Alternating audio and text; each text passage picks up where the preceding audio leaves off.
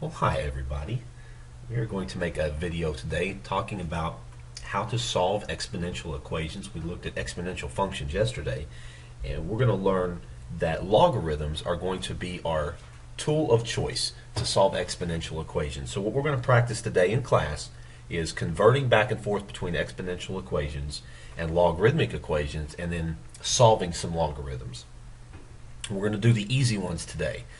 And I'm going to go off of the basic concept that for two things to be equal, they must look exactly alike. And if you have an exponential equation, like this is an exponential function 2 to the x equals 16, the easiest way to make this true is to see if the right-hand side can be written as a base of 2. And we said in class yesterday that this number that is being raised to the x power, we're going to call that the base. And of course the x is our exponent. So this is one process to solve an exponential equation, is if the right hand side can be written as that same power, then what we can say is that x would have to be equal 4. Another example would be like 3 to the x equals 27. So what you want to do is ask yourself, can 27 be written as a power of 3? And of course it can. 3 cubed, and so here, since my bases are both 3, then I would have to have x equal to 3. And now that's a real simple one where logarithms are not needed. Now what we're going to do next is another example where the x has more. We had a shifted x here. This is an x minus 1. Now we don't have to look on the graph, but for this example I would rewrite this as 3 to the x minus 1 equals 81 happens to be 3 to the 4th. And now I have an equation to solve. Now that I have the left and the right hand side equal, then I can set the exponents equal to each other. And so x would have to equal 5. And you could plug 5 back in for x to make sure that that worked. Pretty simple, huh? Okay, the next thing we're going to do is convert back and forth between logarithmic equations and exponential equations. Now, a logarithmic equation has a log, and then it's got an x, and it's got a 16 and a 2. I want you to see what everything is here. The subscript on the log is going to be our base. The answer to the logarithm is the exponent. So this would be the same thing as an exponential equation, x squared equals 16. That's actually not exponential, but still. It's to convert it. So you take base to that power equals 16. So the exponent is over here on the right hand side when you have a logarithmic equation. Let's look at another example of that. So if I had the log base 3 of 9 equals 2, and I just wanted you to convert to an exponential equation, then what you would do is you would look at what's underneath the log. That is your base. What's on the other side of the equal sign, that is your exponent. And then what's left over goes over here as the answer. Let's see another one of those. Let's say I have the log base 1/2 of 1/4 equals 2. And I just wanted you to convert this. So we're just going to practice converting for now. So we look at the subscript on the log, that's our base. The right-hand side on the other side of the equal sign, that is your exponent. And the 1/4 is your answer. Now let's practice going back and forth from an exponential equation maybe to a logarithmic equation. So what if I had 2 to the 4th equals 16, and I wanted you to convert this into a logarithmic equation? So let's take a look at this. The 2 is the base. Where does the base go here? The base goes as the subscript on the log. So I'll say log base 2. Log of the base 2. And then the exponent is on the other side of the equal sign. So the 4 goes over here, and that 16 goes right here. In general, if we have the log base A of b equals x. This can be rewritten as a to the x equals b. So you're going to practice that tomorrow in class.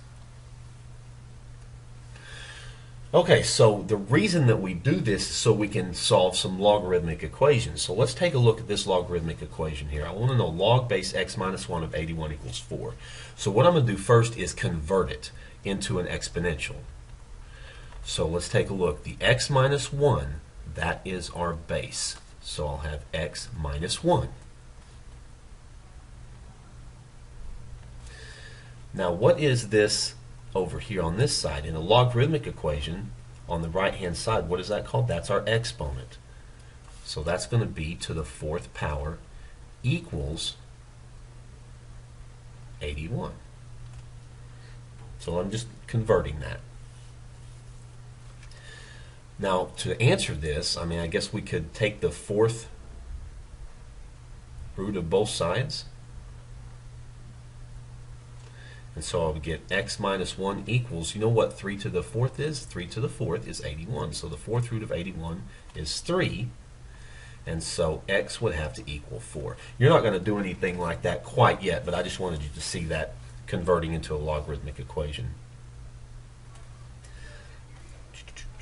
Okay, another just practice for this is just converting. So I would write the 2 on the log, that is our base, the 5 on the other side, that is our exponent, and the answer is the x plus 4. And here I could actually answer 2 to the 5th, that's 32. Subtract 4 from both sides, and I get that x is 28.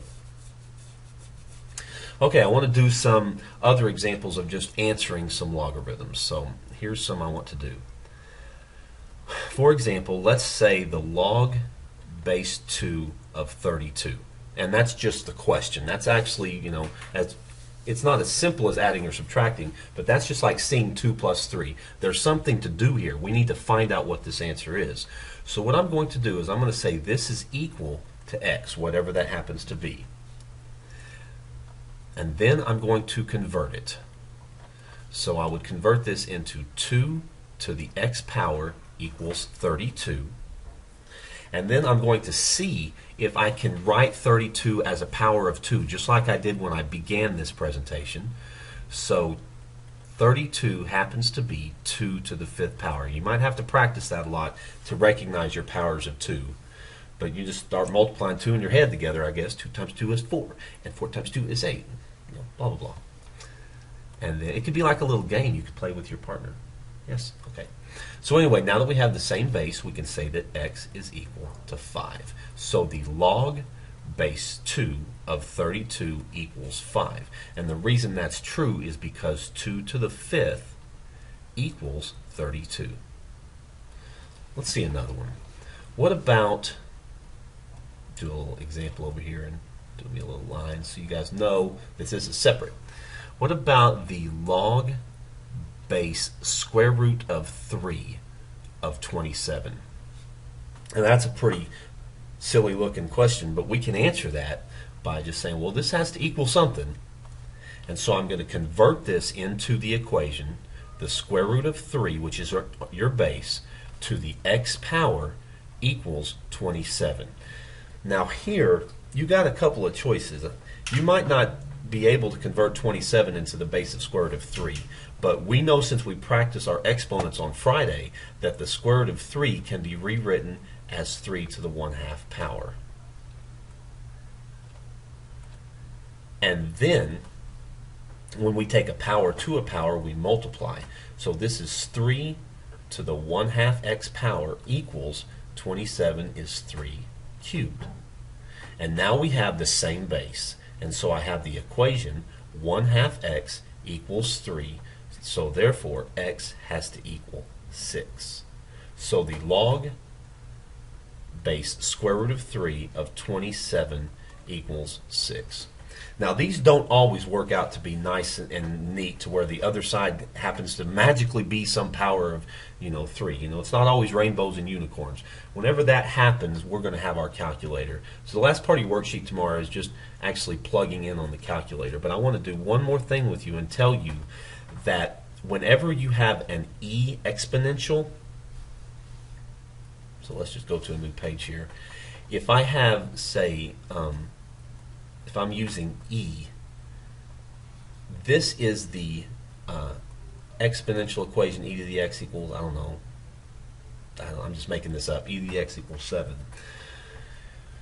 The base on e, or I'm sorry, the logarithm that we use with e is natural log. We don't use log log. So like log base e is natural log. So this would be like the natural log base e of 7 equals x. So that's our logarithm. You're going to see e. I'm pretty sure it's on your worksheet tomorrow, but that's the only thing that's special. We don't use log when we see e. We're going to use natural log. Anyway, so I guess that's pretty much it. I will see you guys tomorrow.